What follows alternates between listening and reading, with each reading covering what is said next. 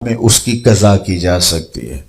اسی طرح حج ہے، حج زندگی میں ایک مرتبہ فرض کیا گیا ہے صاحب استطاعت پر۔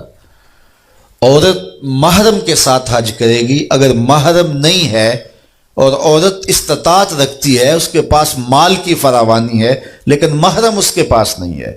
محرم اس شخص کو کہتے ہیں جس کے ساتھ ابدی نکاح نہ ہو سکتا ہو، جس کا بھائی ہے، باپ ہے، اور جو ہے وہ بھانجا ہے، بھتیجا ہے، تو شوہر بھی جو ہے اس سے نکاح ہو چکا ہے اور وہ نکاح کی وجہ سے محرم ہوا ہے، بیٹا ہے، تو یہ محارم ہیں۔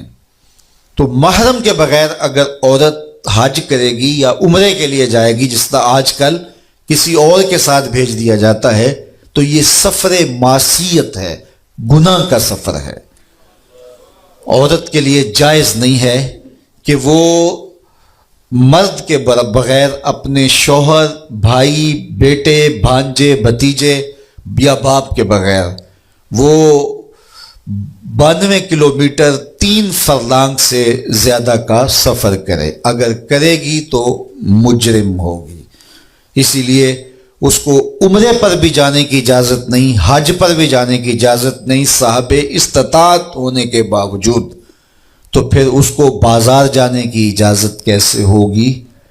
وہ اگر اتنے فاصلے پر ہے، اور اس کو پھر کسی دربار پہ جانے کی کس طرح اجازت ہوگی؟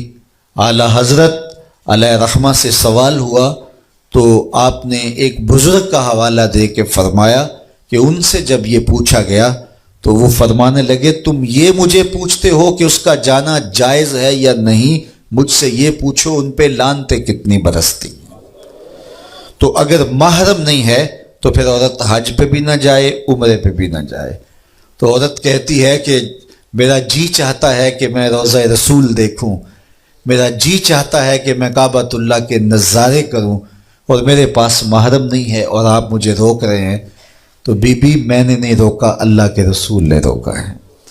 تو صبر کرے گی تو گنبد خضرا نہیں دیکھنے جائے گی، گنبد خضرا والا تیرے پہ راضی ہوگا۔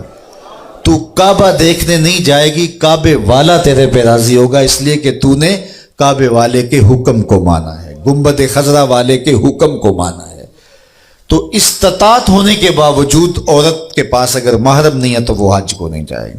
حج زندگی میں ایک مرتبہ ہی جو ہے وہ واجب ہے۔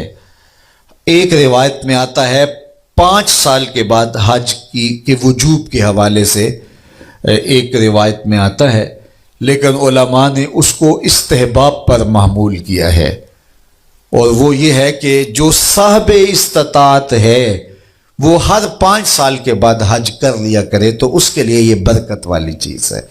لیکن زندگی میں حج فرض ایک بار ہی ہے، واجب ایک بار ہی ہے، اور اس پر واضح دلیل ہے۔ آقا کریم نے جب فرمایا لوگوں تمہارے اوپر حج فرض ہے، تو حضرت اقرع بن حابس رضی اللہ تعالیٰ عنہ کھڑے ہوئے اور عرض کی افی کل عامن، حضور ہر سال واجب ہے۔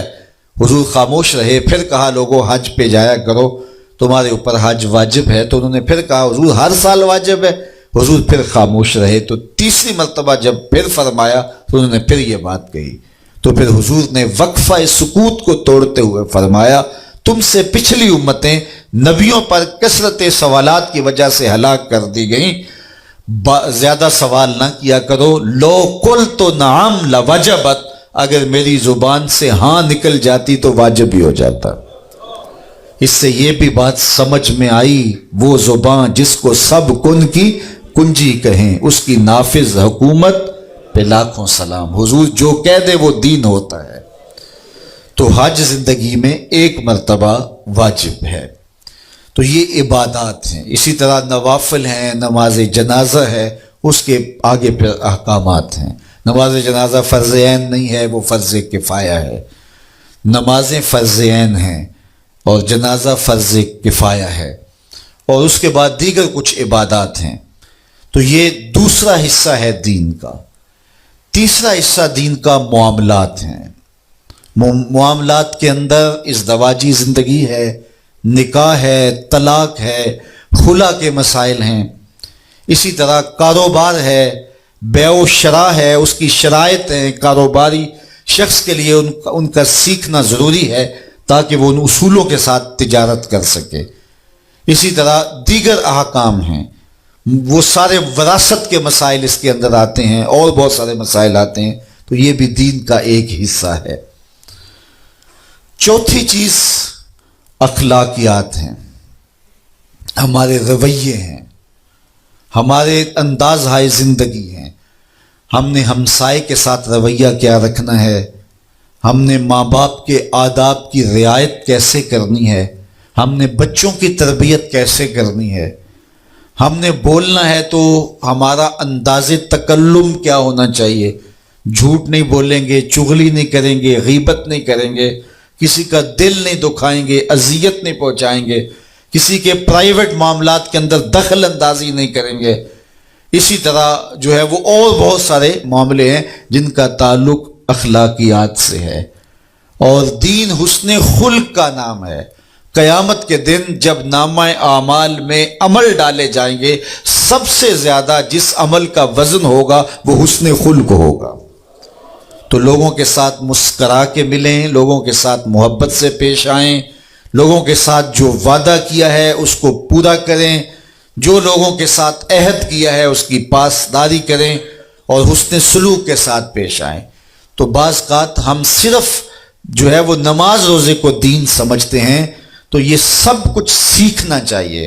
اگر سڑک پر اشارہ لگا ہے رکنے کا تو وہاں سے کراس کر جانا، اور جہاں سٹاپ نہ کرنے کا کہا گیا ہے وہاں گاڑی پارک کر لینا، یہ بھی ہمارے اخلاقیات میں آتا ہے۔ اگرچہ یہ انتظامی امور ہوتے ہیں